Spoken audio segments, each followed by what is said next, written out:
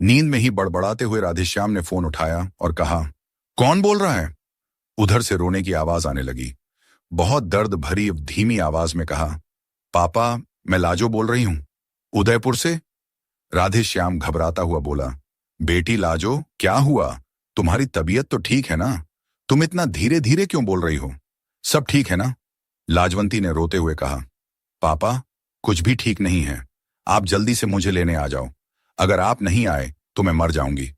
राधेश्याम घबराकर बोला, बेटी लाजो, ऐसी बात क्यों कह रही है? दामाद ने कुछ कहा क्या?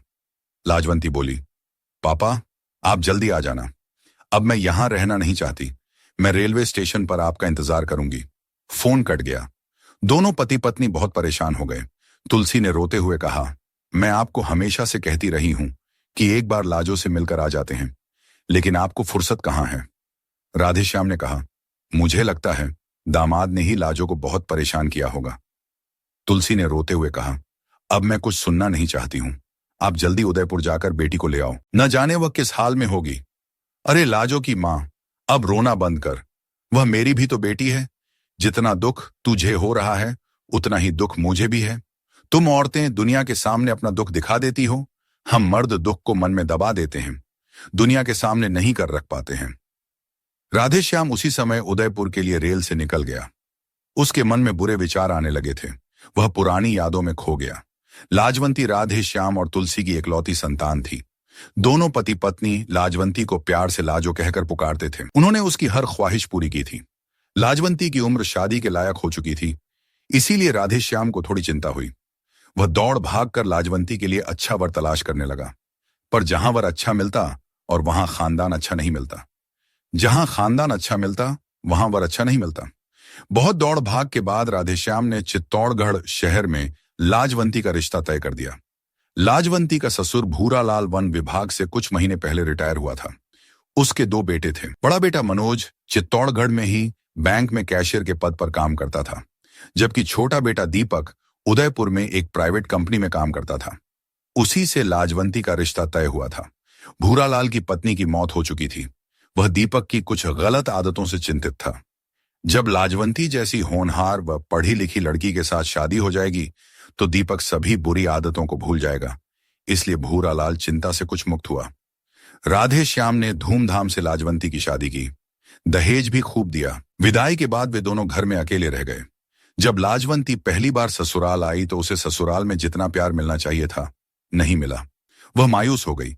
लाजवंती की जेठानी का बर्ताव उसके प्रति अच्छा नहीं था, न ही उसके पति का बर्ताव अच्छा था। शादी होते ही दीपक उदयपुर में नौकरी पर चला गया। वह लाजवंती को साथ में नहीं ले गया था। जब लाजवंती दोबारा ससुराल आई तो ससुर भूरालाल का विचार था कि बहू दीपक के साथ रहे, लेकिन दीपक उसे अपने साथ नहीं रखना चाहता था। जब भूरालाल ने दीपक को समझाया और उसको भला बुरा कहा, तब जाकर मजबूरी में वह लाजवंती को अपने साथ ले गया। उदयपुर में वे किराए के मकान में रहने लगे। दीपक की सबसे बुरी आदत थी जुआ खेलना व शराब पीना, जिससे वह घर पर हमेशा देर रात तक पहुंचता था। इस बात से लाजवंती बहुत परेशान थी। दीपक की तनख्वाह भी जुए व शराब में खर्च होने लगी थी, इसीलिए महीने के अंत में कुछ नहीं बच पाता था। एक दिन ससुर भूरालाल अचानक उदयपुर दीपक के घर पहुंच गया। उस समय लाजवंती पेट से थी। बहू लाजवंती की ऐसी दयनीय हालत देखकर भूरालाल ने रोते हुए कहा, बेटी, मैं तेरा गुनाहगार हूं। मेरी वजह से तेरी यह हालत हुई है, मुझे माफ कर देना। लाजवंती ने अपने ससुर को समझाते हुए कहा, इसमें आपका कोई कसूर नहीं है, आप मत रोइए। मैं आपके बेटे को सुधार नहीं सकी। मैंने पूरी कोशिश की लेकिन नाकाम रही। भूरालाल बेमन से चित्तौड़गढ़ लौट गया। लाजवंती की ऐसी हालत देख वह दुखी था। इसी गहरी चिंता की वजह से एक दिन भूरालाल को अचानक हार्ट अटैक आ गया और उसकी मौत हो गई। पर भूरालाल की मौत से दीपक की जिंदगी में कोई बदलाव नहीं आया। समय पंख लगाकर उड़ने लगा। लाजवंती के एक बेटा हो गया जो अब 5 साल का हो गया था। लाजवंती सिलाई करके अपना घर खर्च चला रही थी। कुछ महीने बाद दीपक की नौकरी छूट गई, क्योंकि वह हमेशा शराब पीकर ऑफिस जाने लगा था। इसलिए कंपनी वालों ने उसे नौकरी से निकाल दिया। उसको घर बैठे 1 महीना बीत गया। एक दिन दीपक ने लाजवंती के सोने के कंगन चुराकर बाजार में बेच दी। जब लाजवंती को पता चला तो दोनों के बीच लड़ाई झगड़ा हुआ। उसने लाजवंती को मारा पीटा। एक दिन दीपक घर देरी से पहुंचा। उस समय लाजवंती दीपक के आने का इंतजार कर रही थी। दीपक ने बहुत ज्यादा शराब पी रखी थी। आज वह जुए में 10,000 रुपए हार गया था। आज उसका लाजवंती से कुछ और चीज छीनने का इरादा था। दीपक के आते ही लाजवंती ने थाली में खाना रख दिया। इसके बाद वह सोने के लिए जाने लगी कि तभी दीपक ने लाजवंती का हाथ पकड़कर कहा, लाजवंती रुको, मुझे तुमसे एक बात कहनी है। लाजवंती समझ गई कि आज इसका नया नाटक है। फिर भी उसने पूछा, क्या बात है? दीपक ने कहा, तुम मेरे पास तो आओ। लाजवंती उसके पास आकर बोली, मुझे बहुत नींद आ रही है। क्या बात करनी है, जल्दी कहो। दीपक ने लाजवंती का हाथ पकड़कर बड़े प्यार से कहा, मैं जो तुमसे मांगना चाहता हूं वो मुझे दोगी क्या? लाजवंती ने कहा, क्या चाहिए आपको? मेरे पास देने लायक ऐसा कुछ भी नहीं है। दीपक ने लाजवंती को समझाते हुए कहा, मैं आज 10,000 रुपए जुए में हार गया हूं। वे रुपए मैं दोबारा जीतना चाहता हूं, इसलिए मुझे तुम्हारी खास चीज की जरूरत है। लाजवंती ने कहा, इसमें मैं क्या कर सकती हूं? आपने तो जुए व शराब में सब कुछ बेच दिया है, अब क्या बचा है? मुझे बेचना चाहते हो क्या? दीपक ने बड़े प्यार से कहा, तुम भी कैसी बातें करती हो? मैं तुम्हें कैसे बेच सकता हूं? तुम तो मेरी धर्मपत्नी हो, मुझे तो तुम्हारा मंगलसूत्र चाहिए। लाजवंती ने गुस्सा जताते हुए कहा, आपको कुछ शर्म आती है कि नहीं? यह मंगलसूत्र सुहाग की निशानी है। कुछ दिन पहले आपने मेरे सोने के कंगन बेच दिए, मैंने कुछ नहीं कहा। अब मंगलसूत्र बेच रहे हो, कुछ तो शर्म करो। आप कुछ भी कर लो, मैं मंगलसूत्र नहीं दूंगी। जब लाजवंती ने मंगलसूत्र देने से साफ मना कर दिया तो दीपक को बहुत गुस्सा आया। वह बोला, मैं तेरी फालतू बकवास नहीं सुनना चाहता हूं। इस समय मुझे केवल तुम्हारा मंगलसूत्र चाहिए। मुझे मंगलसूत्र दे दे। लाजवंती ने कहा, मैं नहीं दूंगी मंगलसूत्र, यह मेरी आखिरी निशानी बची है। दीपक ने लाजवंती का हाथ पकड़कर अपने पास खींचा और जलती हुई सिगरेट से उसके हाथ को दाग दिया। लाजवंती को बहुत दर्द हुआ।